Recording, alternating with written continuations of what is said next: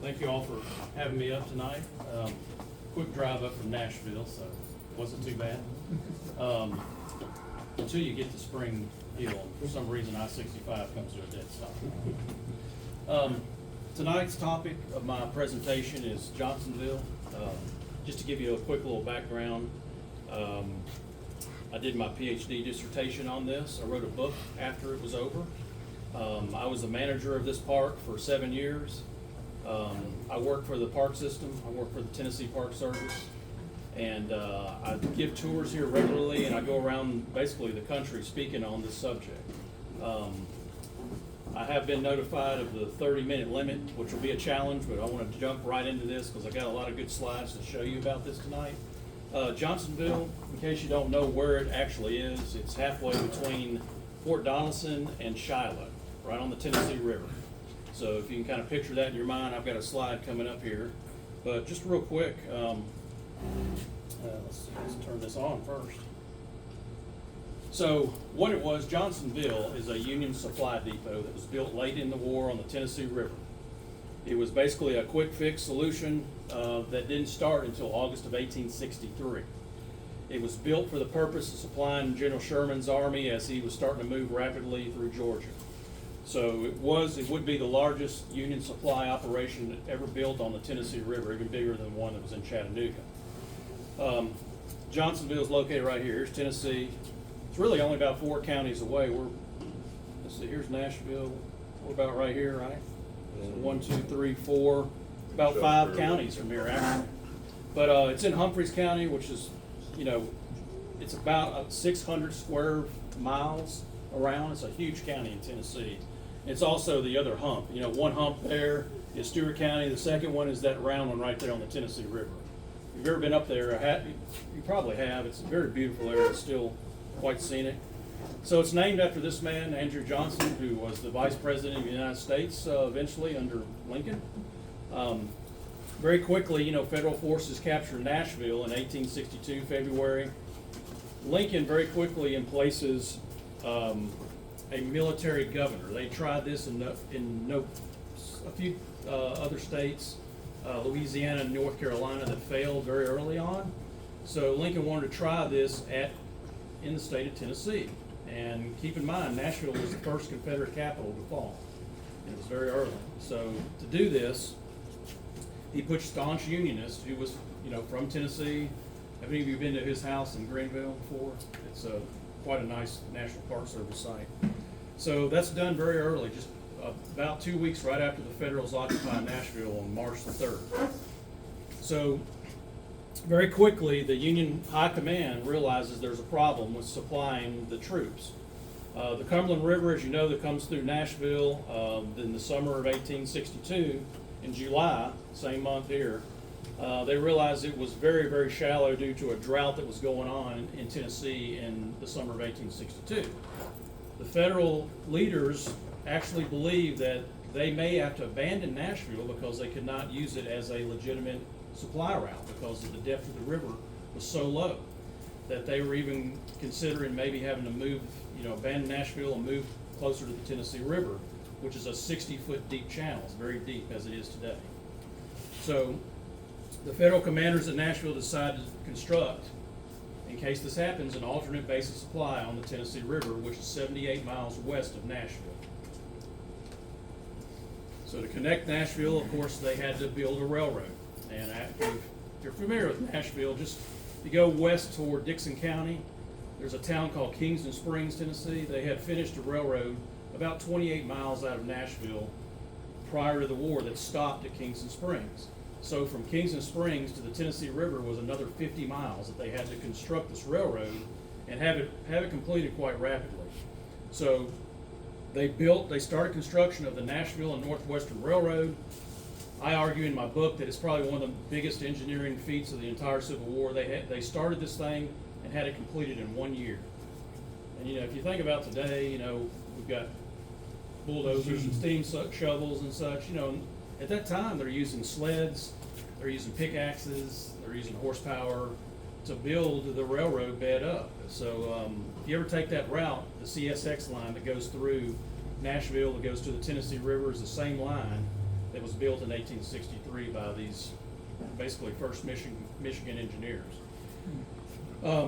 Also, impressed laborers were used on this. So you had a lot of freedmen that had been freed in February 1862.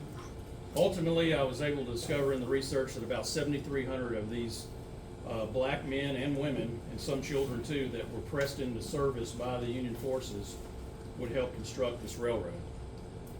It ended up right here. It's a very rare photograph. This came to me when I was manager there. I did not think that there was a photo that existed of Johnsonville that showed what it looked like. This is taken about 1898, 1900 era time frame, but it does show you the unflooded Tennessee River. If you recall, TVA flooded the Tennessee River right after World War II in 1944, and that made the big Kentucky Reservoir, the Kentucky Lake, where I work today, Paris Landing. This is the unflooded Tennessee River. At that time, this is at the location of Lucas Landing, which Lucas Landing would become Johnsonville. So, if you're familiar with these riverboat landings that, that cut through Tennessee and Alabama, these landings are named for early steamboat landings. Like we had, I work at Paris Landing. That was named from a steamboat landing that was developed in the 1820s. So all these landings were still in existence, with the time the Civil War came around. So since they were a base that had already been constructed, some of them had magmatized stone where you could easily pull up to the edge of the water. Lucas Landing was one of those. So this came to me unfortunately after I published the book, but it's an unpublished photograph that shows really what that looked like probably in 1864. When they were done, the Union soldiers arrived there. They cut out a 90-acre swath, and this is what you would have seen. This is from the engineer's map. This is from Major General Sinclair's map of that area that was made in 1865. So this shows you what Johnsonville looked like. Today, there's a lower fort and there's an upper fort. Both of those together are referred to as Fort Johnson, not to be confused with the Tennessee State Capitol, and the earthworks that surrounded the Tennessee State Capitol was also called Fort Johnson. So Johnson was certainly getting his name in the highlights through the later cases of the war. But it was a 90-acre depot. That's what you would have seen right here in the Civil War. It was built in the bend of the river. Am I blocking you guys? I'm sorry. Here's the bend in the river. From this vantage point, they could see 2 miles downriver and 2 miles upriver. And from navigational standpoints, when you refer to downriver, you're talking about north. So downriver from Johnsonville would be Paducah, Kentucky, Cincinnati, St. Louis. Upriver would be Muscle Shoals, and that's done through navigation, through river navigation. Okay, this is my good friend David Meager, who doesn't live too far from here. He's a Civil War artist, mainly a naval artist, but he took 5 existing photographs that were taken of Johnsonville and constructed a bird's eye image of what he probably thought, based on those photos, what Johnsonville looked like. And it ended up with 2 supply warehouses, a larger double-roofed one and a single roof, a 6-acre horse corral, a number of supply buildings and administrative buildings. All in all, in my research, I was able to find there's probably about 180 buildings that were constructed at Johnsonville. So when you think of Fort Campbell, Kentucky today, the same thing in the Civil War was going on in Johnsonville, Tennessee. You had a Union supply base, a federal base that was carved out right in the heart of the Confederacy. And keep in mind, Humphreys County was 90% Confederate. My ancestors are from there. They served in the 49th Tennessee in Stewart County. So you've got this federal base that's carved out of the heart of the Confederacy, and you had civilians that were going to work there for the Federal Army. These civilians had their relatives in the Confederate Army. So think about the information that they were hearing and picking up on every day. And that ended up in a lot of the letters and some of the correspondence I was later able to uncover. Okay, so that just gives you kind of a basic overview of what that is. So I'm going to jump right into, we're going to move up to the fall of 1864 to what's considered the West Tennessee Johnsonville campaign. So Nathan Bedford Forrest, as you all know, in September, was coming off the Athens, Alabama events. They find themselves in Corinth, Mississippi in late September, early October 1864. Lieutenant General Richard Taylor, Force's superior officer, ordered him on his 4th raid back into West Tennessee and Western Kentucky to retrieve horses and new recruits. And you got to think, this is late 1864. The Confederacy's losing the war, and they're losing badly. So what they need more than anything are horses and especially recruits. West Tennessee had been tapped quite well. Western Kentucky had not. So they had to get through West Tennessee for their 4th raid, and they would do this beginning on October the 12th, where they would leave Corinth, Mississippi. There he is, the man of the hour. Here's his orders. On October 12th, Confederate General Nathan Bedford Forrest said, "It's my present design to take possession of Fort Hyman on the Tennessee River below Johnsonville, prevent communication with Johnsonville by transports." That's out of the ORs. That's his direct line communication to Taylor. So here's what happens. On the 16th, he's ordered by Taylor to make this raid into West Tennessee to harass and destroy operations on the Tennessee River.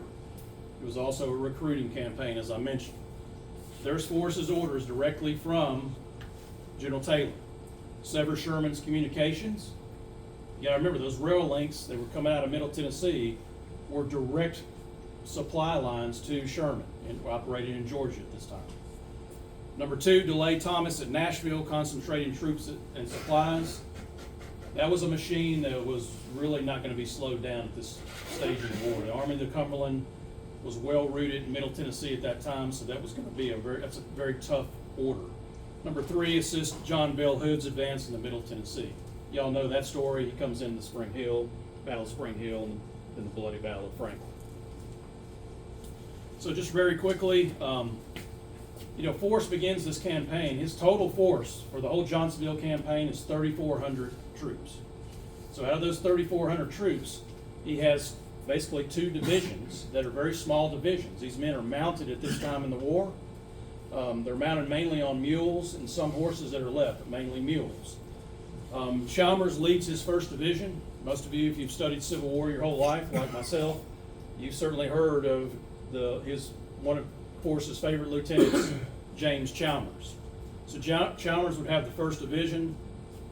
His brigade commanders were Thomas Mabry, Robert McCullough. Of course, y'all have never heard of Edmund Rucker around here, right? And then David Kelly of the 7th Tennessee Cav. His 2nd Division commander, Abraham Buford. And yes, he was the cousin of John Buford of Gettysburg fame. If you saw the movie, the first day of Gettysburg, Abraham Buford is his cousin. So Buford's ordered to move north from Corinth to Lexington, Tennessee, and then eventually to Paris, and then eventually on to the Tennessee River. Chalmers was operating in and around Memphis at that time.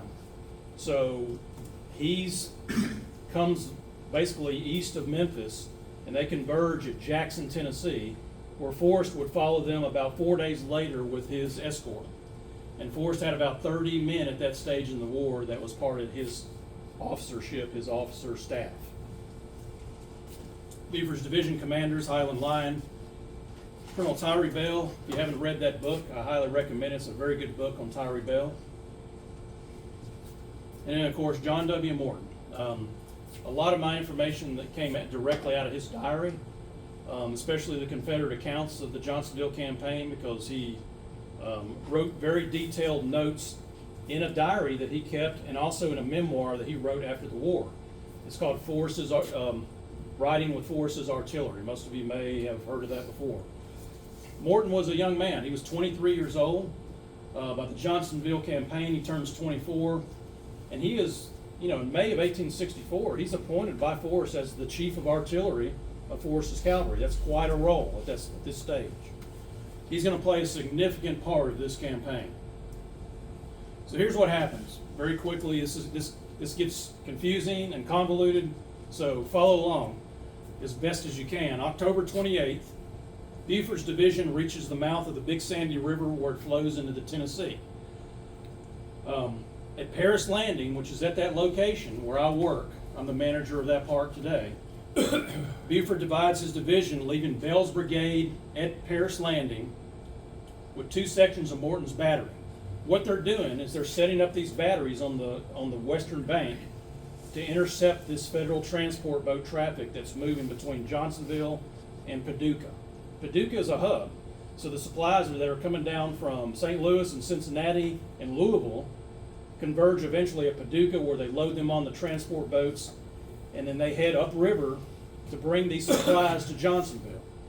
So Forrest knew this. He'd been operating in this area most of the war. So that's what they're doing. They're setting up these batteries to try to intercept these federal transports. And then another section was positioned just north of Paris Landing, and a second was positioned near the Big Sandy River. So today, this is a TVA map. If you look right here, that's the original channel as it existed in the Civil War. All this boundary water that you see here today is the flooded Tennessee River that the TVA created in 1944 to create the Big Kentucky Lake. So in the Civil War, by the way, how many of you have been up here to this area? So if you've been up to the area, you know this long bridge right here. So when you cross the bridge, the actual Paris Landing is right here where that curve is. The Big Sandy River is right here, and it flowed out and it converged into the Tennessee. So those artillery positions are about right here, right out in the middle of the lake today, and they would have been about right here, almost under the bridge. You can see those spots. You can see where the river turns when you go across there. By the way, I'll get into that in just a minute. So Buford, Whitmore, they're ordered to ride 5 miles into Kentucky and occupy the abandoned Fort Hyman. If you remember, Fort Hyman was part of the Fort Donelson campaign and was built at the same time as Fort Henry. Unfortunately, the campaign kicked off for the Confederates much sooner than they thought at Fort Donelson, and they would abandon the higher bluffs of Fort Hyman, the Confederates would never reoccupy that. Forrest, being part of the Fort Donelson campaign, knew about that. So he orders Buford's division to go and occupy those heights. It's very impressive. Those are the earthworks today. Unfortunately, right here it's privately owned, so you can't walk into the area and view a lot of the earthworks, but the National Park Service has bought a section of it that it's public property now, that you can walk up there and see that. By the way, that's the location of Edwin Walton's battery, I think, where he would establish 2 20-pound Parrott guns on October 30th. So the river's off to the left? River would be right here. Yes, sir. So here's the area we're looking at. So if you see the light blue, this is the way the river looked in the Civil War. Here's the flooded area. This box that you see is where all this activity is going on with Forrest at this time. Johnsonville's on down here, just to put it in perspective. Okay, so the actions of Fort Hyman. There's a series of events that are part of this campaign. So on Saturday, October 29th, the federal transport boat, the Mazeppa, which was just on its second voyage, had recently been constructed in Cincinnati, is towing 2 barges heading upriver, remember, toward Johnsonville, pulling these barges. So Confederate guns, those 20-pound Parrotts that I mentioned, under Hunter and Walton's battery, are concealed in thick underbrush at Fort Hyman. You got some of the guns up in the fort, but most of them were down at a landing just below Fort Hyman called Moody's Landing. So they had pushed their guns really close to the edge of the riverbank, trying to surprise these transports. I do want to point this out. I worked for Ingram Barge one summer in the inland river towing industry, and modern day barges, y'all have seen them. The towboats are pushing the barges out front. In the Civil War, when you talk about a boat or a transport pulling a barge, the barge was tied usually off to the left of the boat, just like this. See right here? So the boats, since these were stern wheel vessels, that could not interfere with the stern wheel. So when you heard about a Civil War vessel towing a barge, the barge was usually lashed to the left side of the boat. So as the transport comes upriver, the Confederates begin firing on the Mazeppa. Now this is a transport boat. This means there's no way to defend itself. It's just hauling supplies. It quickly plows into the eastern bank. The crew abandoned ship. Most of them made their way over to Fort Donelson. And in the book, I talk about a crew member named Frank Drake. He makes his way back to Fort Donelson and eventually tries to get to Johnsonville, but is intercepted by Confederate guerrillas, and he's killed with 3 of his members off of this boat. Lions Brigade, by the use of a hawser, swims across the river after they capture the boat, after it basically noses itself into a sandbar. The crew gets off. You know, by the use of this hawser, they lunge this boat back across. I can't imagine that. And, you know, if you've been to Nashville and seen like the General Jackson showboat or those big boats, can you imagine like 500 guys with ropes with a hawser, and you're towing this across the current of a river, you know, to try to lash it on there just to get the supplies off, and that's what they're doing. It just defies me how they do that. But you know, these are 234, 236 ton vessels, huge big boats. Anyway, the Federal gunboats appear from the north once again. These are gunboats this time. They see the Confederates in the area, and there's quite a fight that breaks out between the Federal gunboats and the Confederates that are at Fort Hyman. Fearing to recapture the Mazeppa, Buford orders men of the 3rd Kentucky Infantry to burn her on the shores, on the western shores. So they set this boat afire. When you set a tinderbox on fire, what kind of signal is that going to send? Black bellowing smoke. So if you got gunboats coming upriver, they're going to see something's going on around the area of Fort Hyman, which they do. Here's another one of Mager's maps. This kind of gives you a cross-section of how, here's the Mazeppa. About right here, they're fired upon. Mazeppa beaches itself on the eastern shore. Here's the Confederates really low on the bank, and they pull the boat over and begin unloading supplies. So they're capturing these supplies. They were able to get a majority of the supplies off the boat before the Federal gunboats appeared and they had to burn it. That's a Park Service painting of Moody Landing, which is a pretty good painting. You know, there's no photographs, Civil War era photographs that exist of Moody's Landing, but it does give you some idea of probably what that looked like down just below Fort Hyman. This represents Fort Hyman in the Civil War. Way back here is the flooded Fort Henry. Okay, so on Sunday, the day after, a Federal transport boat, the Anna, towing a barge, is spotted by the Confederate batteries at Paris Landing. So as they get close to Paris Landing, the Anna is escorted by one of the gunboats that's assigned to Johnsonville. There's 4 gunboats. These gunboats are not the ironclads, they're tinclads. And a tinclad was basically a transport boat, like a civilian packet boat with tin siding nailed to the side, you know, basically the same consistency of a soda can. A 58 caliber mini ball could easily penetrate a tin clad. But in the ports, and these are you know, the staterooms on the boats were converted to gunboat ports. So you would have had these 24-pounder Dahlgren Seacoast artillery pieces on carriages that rolled, that were pushed up into these lower windows. And then above that was the hurricane deck of the boat. And then you had a pilot house, and that was referred to as a tin-clad. So basically it was an armed packet boat that was surrounded with this tin coating. Does that make sense? Okay. What good was the tin coating if it didn't protect you from fire, incoming fire? What did it do? And that's the big mystery. Maybe thank you safe anyway. You know, there was, and I've actually, you know, at the Norfolk Naval Yard in Norfolk, Virginia, they had a sample of some tin clad covering, and I couldn't believe it. It was like, you know, a tin coating on a roof, like a corrugated metal. That's what it was. So they're, you know, I guess due to the weight, unlike, you know, the poop turtles, the ironclads were designed to hold the iron sheeting, plating. Since these were converted civilian packet boats, my guess, and I'm not a naval historian, is that they did not, due to the weight situation of that. Because, you know, you're putting gunboats, you're putting artillery pieces on boats that were made for civilian transport. So if the tin did not offer protection, why did they use it? That's a good question. It's like it'd make it harder to burn, but that's about it. Right. There were all kinds of contractors for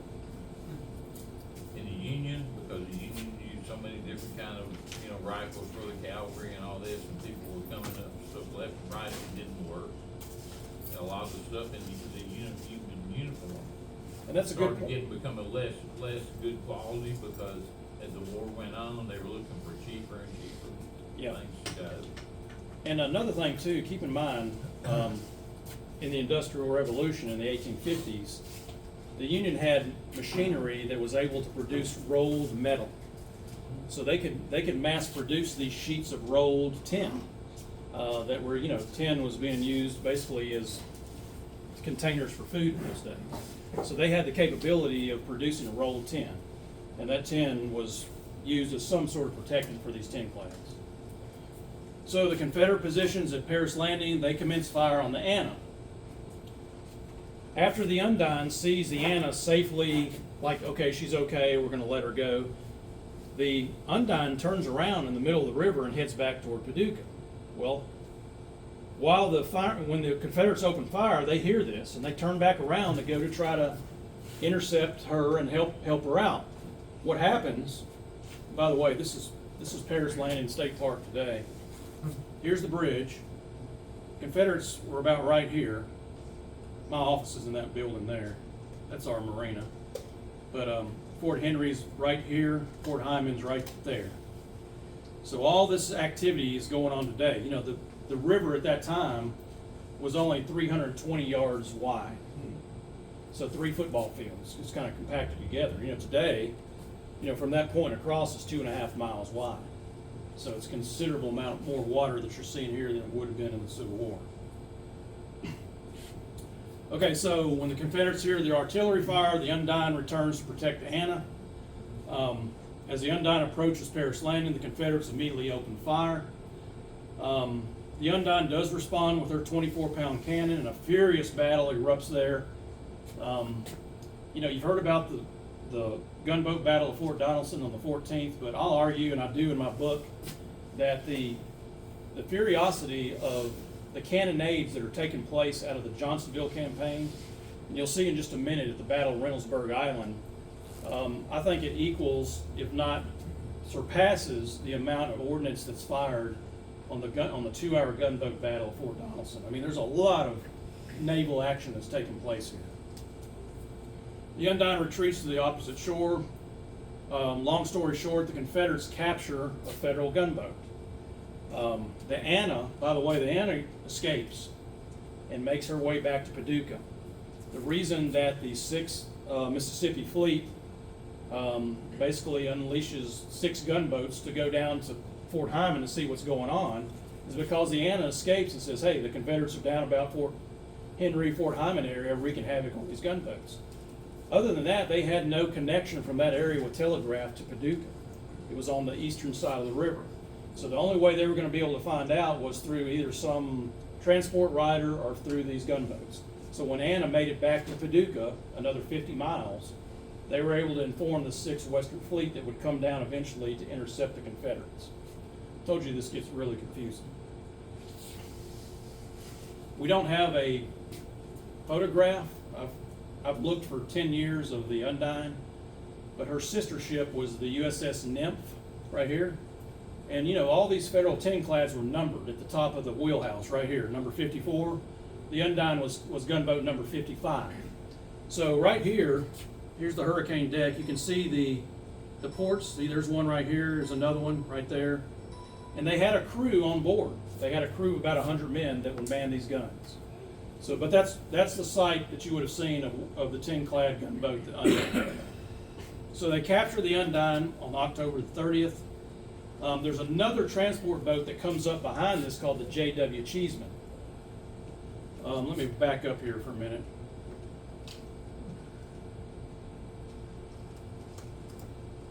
The Cheeseman today sits about right there. It's in about 25 feet of water. It's right on the edge. And I was very amazed to find that between Paducah, Kentucky and Muscle Shoals, Alabama, a distance of 240 nautical miles, it has the largest collection of sunken Civil War gunboat wrecks out of anywhere else in the inland rivers of the United States. There's some 63 boats that have been identified that are either wrecks. A lot of them would hit snags and go down, not always a result of embattlement, but we were able to determine right now that there's either 63 or 67 Civil War era boat wrecks between Paducah, Kentucky and Muscle Shoals today. 6 of those boats are part of this campaign. So the Cheeseman sits right here, and as we get to Johnsonville, there's 2 others that sit in about 15 to 20 feet of water today. Still parks over left. So the U.S. Corps of Engineers in the 1920s, before they made the Kentucky Lake, they came through and dredged these rivers. And when they dredged the rivers, these wooden gunboats that were already, many of them in the water, the tops were dredged off. So what's there today is under the decks, the cargo holds that were in the bottom, which is where all the supplies are. So when I was manager of Johnsonville, we funded 4 underwater archaeological dives onto these boats. And we recovered a number of artifacts off these boats that are now in a repository in Bethesda, Maryland, that's owned by the U.S. Navy. Keep in mind that any inland river boat wreck is owned by the U.S. Navy, not the U.S. Corps of Engineers. So that's why all the artifacts are in a naval yard, a U.S. naval place. We were able to work with the U.S. Navy and bring those artifacts back to Johnsonville when I was manager there, and a lot of those recovered artifacts are now on display. And they're fascinating. There's all sorts of civilian items that came off these boats. So there's the vessel seized at part of this campaign early on. You got the Mazeppa, the Venus, the Undine, the J.W. Cheeseman that's actually burned. Now the Anna escapes. But you got 5 boats that are involved in these actions that are going on around Paris Landing and Big Sandy. So from this point, Forrest shows up on the 29th, on the 30th. He and his escort shows up at the Tennessee River. They decide that the J.W. Cheeseman is too far damaged from the Confederates, because the Confederates were firing artillery straight into its boiler. They could not have the time or the materials to repair this on site. So Forrest orders Chalmers' division to go on board the Cheeseman and burn it. So when they burn the Cheeseman at the intersection of the Big Sandy and Tennessee River, it just sunk down. So that's why it just buried itself into the edge of a sandbar there that's there today. And through dendrochronology and sonar, we've got really good pictures of it. It's just it's not really broken apart, it's just kind of sunk down in there. But all the artifacts are still down in there. So on November the 1st, they kick off the campaign to head toward Johnsonville, which is 40 miles from Paris Landing, using the Undine and the captured Venus, which was another transport boat. So on these 2 boats, Confederates load themselves up, accompanied by some of Chalmers and Buford's division on land. So the sight that you would have seen, I still try to wrap my head how this would have looked, but a lot of them rode their mounts onto these boats. So they're out there. I'm sure the horses were out there on the front. Confederates just loaded up on this thing. So we do know the Undine, from accounts, had close to about 1,000 men on this boat, very much exceeding the weight limits, I'm sure, of both of these boats. So on the 1st, through some of the worst weather that was seen anywhere in the Civil War, as accounted for by Morton and Forrest, they begin this 40-mile trek to Johnsonville in some of the worst mud. Many of them had to cut roads. There were no existing roads on those riverbanks to try to conceal themselves behind the natural levees. So here's what's going on at Johnsonville now. You got this guy in charge, Charles Thompson. He's getting all kinds of reports that Forrest is operating in the area. Everything that's on his mind is what was on the mind of the federal commander at Fort Pillow 6 months before this. He's also in charge of black troops that are at Johnsonville. So he's fearing that, okay, Johnsonville's, doomed. Forrest is going to somehow probably ford the Tennessee River and take this place from the rear and cause a capitulation. That was never, ever Forrest's intention. He was never going to conduct that kind of campaign. He was always going to make some form of an assault, probably by artillery from the western river shore onto the actual supply base. Of course, Thompson does not know this. There's his garrison. And I think this is quite revealing, because He's got a garrison of just 2,200 men, maybe. So you got an operation late in the war, which is incredibly rare, where you have the Confederate forces outnumbering the Union defenders. You never see that at this stage in the war. Keep in mind, this is, the Civil War is over in 6 months. But you've got a Confederate force under Forrest going up against this garrison. The biggest part of that garrison was the 43rd Wisconsin, which was about 700 men. They were very green. They'd never been in battle. They were recruited in August of that year. So 2 months later, after 4 weeks of basic training, they find themselves at Nashville and then at Johnsonville. And they're about to face Nathan Bedford Forrest. There was also naval commanders there. The acting naval commander was this guy, Edward King. He was in charge of the USS Key West, one of the 4 boats. There they are, tinclads of the Tarawa, the Key West, the Elfin, and the Undine. The Undine at this point is captured. There's probably about 400 sailors and officers that were assigned to Johnsonville. So imagine that. You've got this 90-acre depot. You got Army personnel working together with Navy personnel. How do you think that worked out?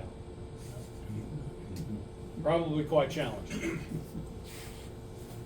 There's one of David's drawings of the boats. He's a naval artist, by the way, so these are pretty accurate. The Tarawa was the smallest one. It was a side wheeler. If you see the other ones, they were stern wheelers. King's flagship was the Key West, and it was a huge vessel, 254 tons, massive thing. So as the Confederates advanced on Johnsonville November 2nd and 3rd through all this rain, and by the way, it started raining on the 1st and never stopped until the 4th, the day of the Battle of Johnsonville.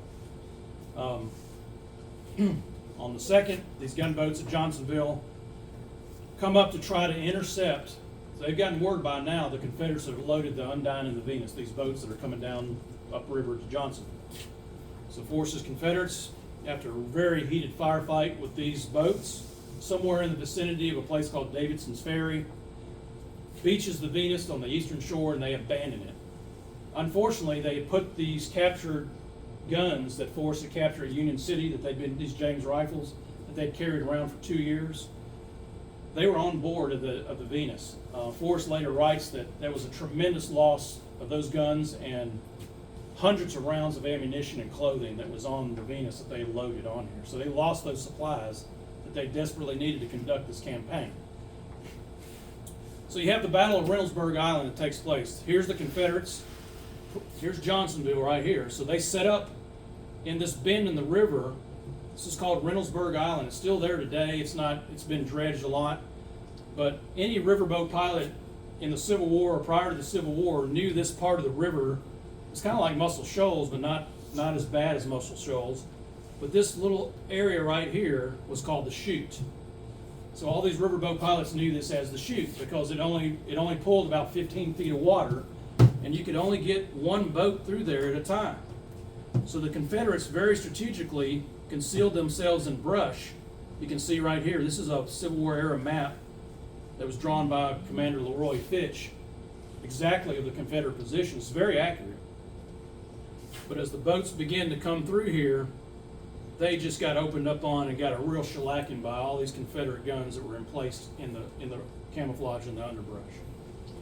So here's the Key West coming up to intercept. Here's the Undine. So the Forrest has already made their way through. The Undine's down here. They begin this incredible firefight. So you got untrained Confederates. When I say untrained, they're very experienced, but many of them have not been trained. They only had like 1 day of practice to learn how to operate these seacoast artillery guns. So, these are mounted cavalrymen. They don't know much about operating naval guns, but they're doing the best they can. And you've got seasoned sailors and, people that know how to operate those doggone guns on the Key West and the Tarawa. And they're coming up, and they basically get in the vicinity of just about 30 feet from the other boat, from the Undine. 30 feet from right here to the end of the table. So that's how close they actually got, and they're engaging. You've seen that movie Master and Commander where the ships of the line come right against each other. That's what was going on right here. So it was a tremendous firefight, and they're blasting the sides of these boats out. During this fight, Somehow the Undine escapes. The Tarawa does not. During the fight, it's tiller rope, and a tiller rope, goes back to Egyptian times, but they were still using this mechanism in the Civil War. The tiller rope actually controlled the rudder, and if the tiller rope is snapped or it's cut, you lose control. You're just in the middle of the current floating around because you have no control. So one of the guns from the Key West is able to snap the tiller rope with the Tarawa. The Confederates ended up having to abandon this boat. It ends up actually on the Johnsonville side of the river. The Confederates abandoned the boat. You got the Undine on the opposite side of the river. So you got Confederate forces now split on both sides of this 300-yard wide river. So nighttime comes around. The flotilla comes back here. That's what you see right here at the foot of the island. You see these gunboats just kind of resting for the night. They eventually retreat back to Paris Landing for some reason, 40 miles upriver. And Leroy Fitch later goes in front of a courts-martial hearing about that act because he never could really defend why he left the scene of the fight. That's another story. Anyway, the Undine withdraws that night. Next morning on November the 4th. I know I'm right at my 30 minutes, and I'm going to try to wrap it up here. Keep going. Keep going, yeah. Here's the Key West. It's the only known photograph of the Key West taken in action. You can see how these tin clads lined up. This is taken just outside Cairo, I believe, or Mound City. But it does show you, I believe that's the Cincinnati. And I was able to identify a few of these others, but we do know that is the Key West, number 33. So that's one of the boats that's taking place in this campaign. So the Tarawa, basically has to be abandoned. The Venus is recaptured. The Tarawa was hit quite a bit. It had 19 shots into it from the Confederates. 19 shots into a wooden hulled boat. It has a lot of repairs. So they get the guns that I was talking about. The Confederates eventually arrived down at Johnsonville on the evening of the 3rd. Now, they begin digging in gun chambers for these 12 cannon that they will eventually spot directly across from this depot in 5 positions. So they've got 12 cannon to attack Johnsonville with a number of infantry, mainly Rucker's division, that would embed themselves in the terrain of the natural levee riverbank. So you had small arms fire and artillery that would eventually attack Johnsonville from the riverside. This is one of the things that in the book I made very clear that Johnsonville was never attacked from the eastern side, from the side where the depot was. It was always going to be assaulted as planned by force from across the river with artillery. It becomes one of the most ferocious, terrific artillery battles of the Western Theater. I didn't believe how much until I started researching how much ordnance was actually fired and what you're about to see. So on the morning of November the 4th, the Battle of Reynoldsbury Island resumes. Confederates abandon and burn the USS Undine. This is one topic that's been written about in Confederate Veteran Magazine. It's been written about in Civil War Times about what happened to the Undine. Well, it's pretty clear the Confederates, just from the accounts that I was able to find, they took bed ticking. At that time, it was filled with cedar shavings. It's what the officer slept on. They dumped coal oil lamps and soaked them down. And when they knew that the Undine was going to be recaptured, they set them on fire. And the Undine actually burned down to its decks. And then they scuttled it from the bottom, which means scuttling it was poking holes in the hull. And it sunk in place. So when you go to Nathan Bedford Forrest State Park today, we believe that boat, it hasn't been found yet. They found a barge that was associated with the Undine, or they thought was, but it was a Civil War era barge, but it was not the gunboat. But it's somewhere in that vicinity, about 2 miles from Johnsonville. So the Confederates have now abandoned both of these captured boats. Here's what they had: 3-inch Rodmans, 4 12-pounders, 2 14-pound James, 2 10-pound rifles, all positioned in 5. They were spread out about 100 to 200 yards apart, directly across from Johnsonville. They work all night digging these gun chambers. you gotta remember, the fort is up on heights. You're down on a riverbank. So the trail of the cannon has to come back like this. In those days, you didn't have hydraulics to raise the barrel. You only had just the turn screw, and it had a maximum elevation. So to get the elevation to reach the fort, they had to dig these gun chambers to sink the trails into like this. They're doing this in just unbelievable amounts of mud down in the river bottom. By the way, Forrest is, I've talked to Jack Hurst, and I've talked to Brian Steele Wills, and I've talked to Forrest historians, and they all agree, and I've made a point of this in the book to include this. Forrest is sick during this campaign. We would call what he had probably a really bad case of the flu today. But he's quite ill, and there's one account in the campaign where while they're digging the gun chambers, they were looking for the general, and one of the soldiers found him sitting underneath an oak tree with a poncho draped over him coughing. So he's in bad shape during this campaign. He gets sick, and none of us, I can't imagine what it's like to live in the saddle day after day after day, getting rained on. You're out in the field all the time. These are some tough dudes. But Forrest is quite ill during this campaign. So Chalmers and Buford's divisions, once again, about 3,000 Confederates camouflage themselves across the river. Forrest coordinates his officers to synchronize their watches that at 2 p.m. on the 4th, the cannonade would begin. And I still try to think about that too. There's no, like today, we have walkie-talkies. All right, you guys ready? We're gonna, coordinating through transmissions and radios.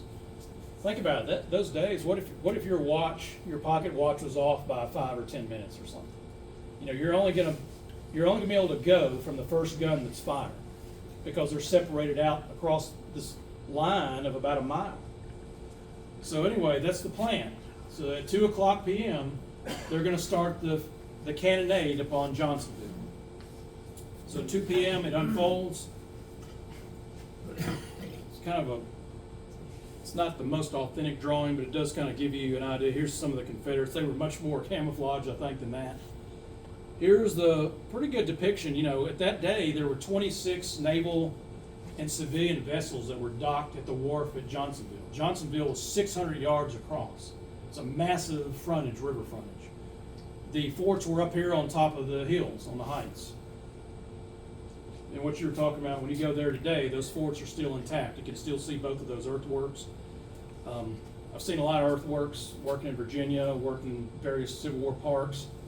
Those are some of the best preserved earthworks that still are existing today, and they're connected by a 5-mile line of entrenchments. Been sitting out in the woods protected by the canopy for 160 years, very well preserved. So at 2:00 they fire, the Federal artillery immediately respond, and hundreds of rounds are exchanged.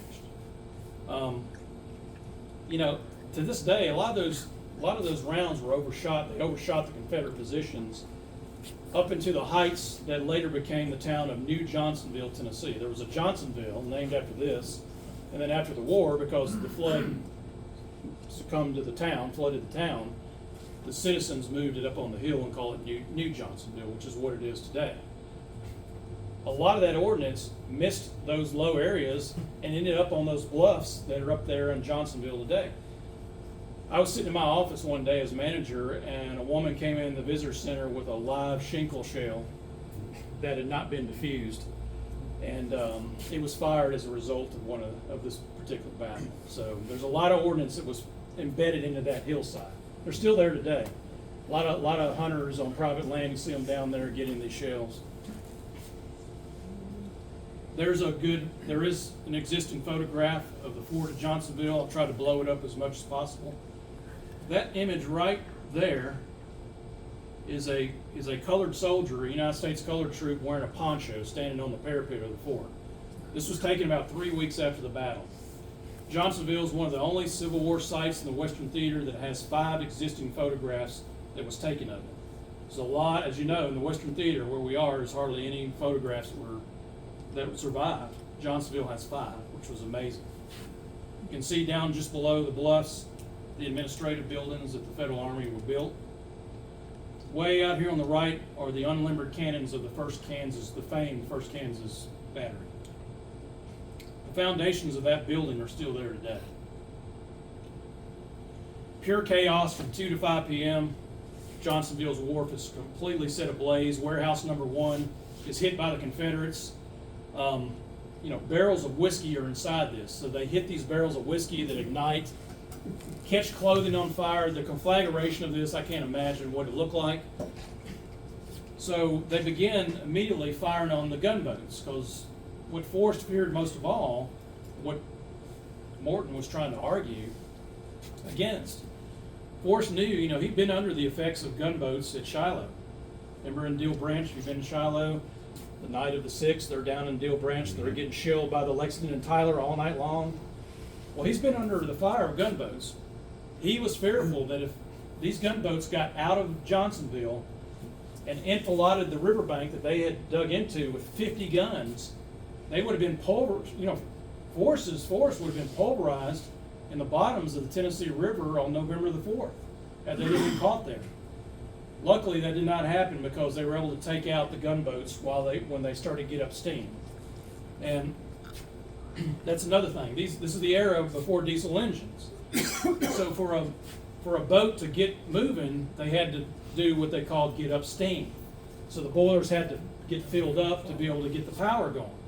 So the time that it took to do that, the Confederates signaled in on those boilers and knocked a lot of those gunboats out. Now the USS Key West gets loose, and there's a major firefight that takes place right in the middle of the river between the Key West and the Confederates. At some point during the battle, and this is probably my biggest argument in the book that we were able to discover. You hear about Johnsonville being one of Forrest's greatest victories. Everything I was reading for years that was published from 1890s to about the 1940s is that the Confederates set the depot on fire and over $6 million in damages were inflicted. That's not what happened. What happened is the Federals, fearing that somehow the Confederates were going to surround it from the land side, surround Johnsonville, gives an order by Thompson. He gives his quartermaster's orders to go on the boats, those 26 vessels, with torches and burn them to keep them out of the hands of the Confederates. One of the most asinine orders I've ever heard in my life. So you've got all these accounts from the Confederates that I was able to uncover for the book that were dug in across the river, screaming at these Federals, no, don't burn these beautiful boats. The Confederates could not believe their eyes that these people were going on with torches and setting these vessels the size of the General Jackson ablaze. I don't know how I would even react to that. But they're screaming across the river, don't burn these vessels. They couldn't believe it. But anyway, that's the order that's given. The Federals begin setting the transport boats on fire. Well, the wind is up. And, it's still stormy weather. The wind was up that afternoon. You know what happens on tinderbox vessels?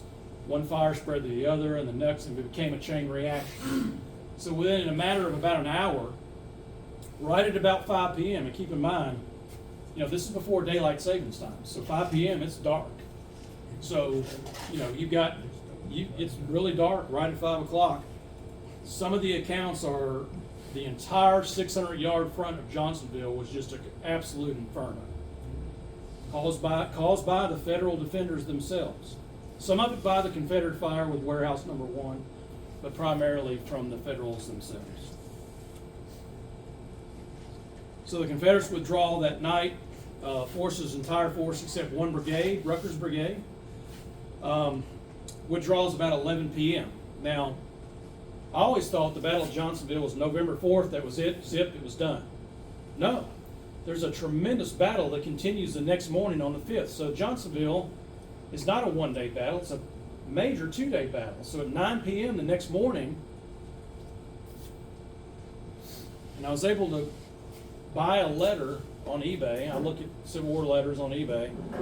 And there was a Corporal Redfern who was the assistant to the assistant adjutant quartermaster at Johnsonville, who was there. In this letter, he describes this unbelievable battle that takes place in the morning of the 5th. So we have a direct primary source account that gave us that I included in the book. So at 7:30, Rutgers Brigade and Rice's Battery resume the battle. A furious battle erupts about 9 o'clock. It goes on all day. You've got black soldiers that run to the edge of the riverbank, using their Springfield rifles to fire back at the camouflaged Rutgers Brigade across the river. So there's this small arms fight that's going across the river all afternoon. At the end of the day, when Force is satisfied with most of the destruction of the base, he orders Rutgers Brigade and Rice's Battery to withdraw. Apparently, he and Morton are the last two Confederates at Johnsonville to leave the field. They stayed to the very end until about 11 o'clock that night, where they retreat.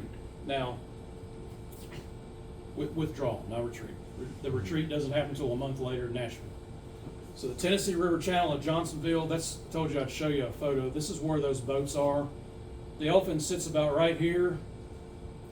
There's two barges there, and then right about over here off the picture is where the Taro sits. They're in about 20 feet of water. Pretty amazing. This is the site of warehouse number 1 right here in this lower, this part of, this water right here is about 3 to 4 feet deep. That's it. You can wade out there. I wouldn't recommend it. But where you see the darker water here, that's the main Tennessee River Channel. That's 60 feet, drops off. Federal losses. This was out of Force's actual report, the ORs. 4 gunboats, 14 transport boats. Artillery, 9,000 shoes. I'm still trying to wrap my head where the 150 Union prisoners came from.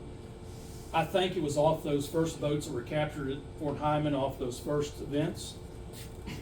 And only 8 men killed because of the distance. So very few casualties out of this battle because you're fighting over this broad spectrum of the river. He estimated $6.7 million in 1864. In 2023, that would be in the hundreds of millions today. So the Confederate losses are 8 men killed, 9 wounded. John Schofield is detailed to Johnsonville, the same general, of course, that defends the works, the federal works at Franklin. That's why I argue that Johnsonville is part of the Tennessee fall campaign. You always hear Spring Hill, and Nashville. Well, I argue in the book that no, it didn't start at Spring Hill and Pulaski. It starts at Johnsonville, because Schofield's at Johnsonville prior to going back to Pulaski. So, and then when he intercepts Hood, or when Hood's trying to intercept to go around him as he does at Spring Hill, he only arrives there just nights before because he's at Johnsonville. So he sends 2 brigades to Johnsonville to begin reinforcing that base. There's some of those earthworks today. That fort's been sitting in the woods, just beautifully preserved for 160 years. So on the 26th of 1864, November, Thomas orders Johnsonville abandoned. All the stores, machinery, everything is sent to Nashville. So those supplies are coming into Nashville on November the 30th as the bloody Battle of Franklin is unfolding just 20 miles south. So here's the results. So Johnsonville was a tactical victory for the Confederates strategically. It really didn't matter. If it had happened a year before, it probably would have. But you got to remember, at this stage in the war, Sherman's war machine, there's nothing stopping it. It's just a massive thing. And the Confederacy's losing the war in the East as well. I think this would have had a different outcome, like I said, if it would have happened a year before. Johnsonville supply depot is almost completely destroyed. The estimated losses you see that I shared. Can you back up? Is that $6.7 million include the ships or something? Yes, that's the same number I shared on the last slide. Okay. And about 77 buildings were destroyed. So the place is almost burnt to the ground. About 70% of it is burnt to the ground.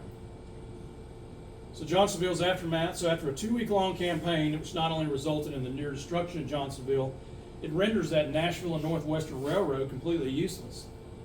Millions and millions of dollars to build this railroad that's completed just months before, which is now obsolete. It's kind of like Howard Hughes's airplanes that were never delivered. The loss of Johnsonville supply base left General Thomas in Nashville doubtful of the future use of the Tennessee River. and the Cumberland River, which the Union Army depended on so heavily. So, my last slide here, General Sherman's response to the people of Georgia. You gotta remember, Sherman doesn't begin his march to the sea until November the 10th. So 1 week after the Battle of Johnsonville, he is so infuriated that Forrest is behind the lines doing the damage again. There's a famous Forrest book, that Devil Forrest, by John Wyth, that most of you have probably seen or probably have. Well, that comes from a quote made off directly from this campaign. The quote was that Devil Forrest, ... was down around Johnsonville wreaking havoc on the GD gunboats once again. He is so Sherman's so infuriated about what the destruction is at Johnsonville. I argue in the book that I think that's one of the catalysts, one of the primary reasons that he steps off and makes his march, saying that we will, as the rebels have destroyed our basic supplies, the rebel citizens must furnish our subsistence. You will bear the brunt of the after effects. That brunt is his march, the 60-mile swath on either side, all the way to Savannah, and that takes place 1 week after this. And I think Sherman is so distraught over this particular action. Forrest is his public enemy number one. He is trying everything that he can do to stop this man, which he fails through most of the rest of the war. And with that concludes my presentation. I'm sorry I went over, sir, 15 minutes. But I'd like to, before I conclude, I'd like to open the floor to any questions that you might have. I think we're going to do a little break, right? Yeah. And then again, I have my book for sale if you'd like to pick one up. Yes, sir. Roughly what was the river depth at that time, and how much water did these boats draw? The Tennessee River was 60 feet deep at that time. These boats drew anywhere between 7 and 10 feet. So there was plenty of water on the Tennessee. There was plenty of water in the Cumberland too, but the Union High Command didn't understand that. They thought it was way too shallow, because these are very deep draft vessels, especially supply vessels that pull about 6-7 feet of water. So, very good question. Anybody else? Well, I want to thank you for having me here tonight, and it's been a pleasure talking to you about Johnsonville. Thank you very much. Thank you.